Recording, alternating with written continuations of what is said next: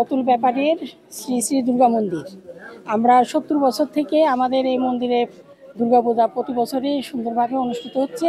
এবারও আমরা অনেক সুন্দরভাবে এই পূজা সুন্দরভাবে করে যাচ্ছি। আমরা সবাই, আমাদের কোনো অসুবিধা নাই। প্রশাসন আমাদের দিকে এসে খোঁজখবর নিচ্ছে, সর্বক্ষণ প্রশাসন আসতেছে। সবসময় প্রত্যাশা করি উনি যেন আমাদের সুস্থ রাখেন, সুন্দর রাখেন এবং দেশের যেন শান্তি কামনা করি। এটাই আমরা মায়ের কাছে সবাই আশা করি। 1305 বাংলার থেকে আরম্ভ শ্রী শ্রী রাধা গোবিন্দ হরিসভা শান্তাগরের বাড়ি সার্বজনীন দুর্গা মন্দির। আমরা আদিকাল থেকে যে পূজা করে আসছি, আমাদের এখানে কোনো দ্বন্দ্ব বিভেদ হিন্দু মুসলমানদের কিচ্ছু নেই। আমরা খুব নিরাপত্তার সাথে পূজা পার্বণ পালন করি এবং বসবাস করি। আমাদেরকে মুসলমানরা শুধু দেহ দিয়েই সহযোগিতা করে না, আর্থিক হাজার হাজার টাকা দিয়ে সহযোগিতা করে। ঠিক আছে, সেই সত্যি আমি মনে করি আমরা খুব ভালো আছি সারা বাংলাদেশের তুলনায়। আমাদের কোনো দুশ্চিন্তার কারো কথা এখানে আমাদের নাই। সুস্থ করি এটা বলে যে আমাদের এখানে কোনো মুসলমান এখানে এটা টোকও দিবে না।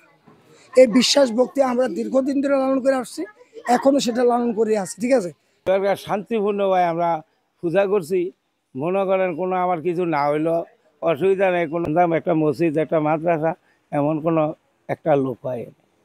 মা দুর্গার কাছে এই আমরা প্রার্থনা করলাম যে যাতে সবাই আমরা শান্তি এবং মঙ্গল মতো থাকতে পারি, পুরো বিশ্বের শান্তি হোক, সকলের কল্যাণ হোক, এটাই তার কাছে আমরা প্রার্থনা কামনা করেছি। স্বর্গীয় আরাধন রায়ের বাড়ি দুর্গা মন্দির, চরপাতালিয়া, দাসকান্দি, মতলব, উত্তর চাঁদপুর। আমাদের দুর্গা পূজা বিগত 110 বৎসরতম চলছে।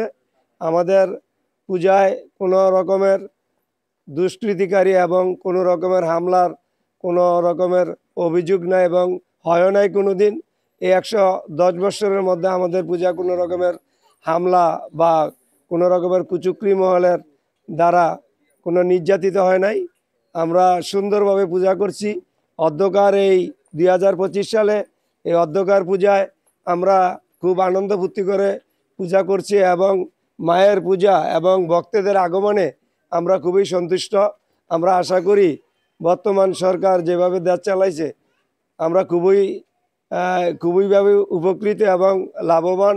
আমরা দেবী দুর্গার কাছে প্রত্যাশা করি এই যে আমরা যেন প্রতি বছর সুন্দর ও মঙ্গলমতো মায়ের পূজা করতে পারি, ভক্তদের নিয়ে আনন্দ ফুর্তি করে করতে পারি।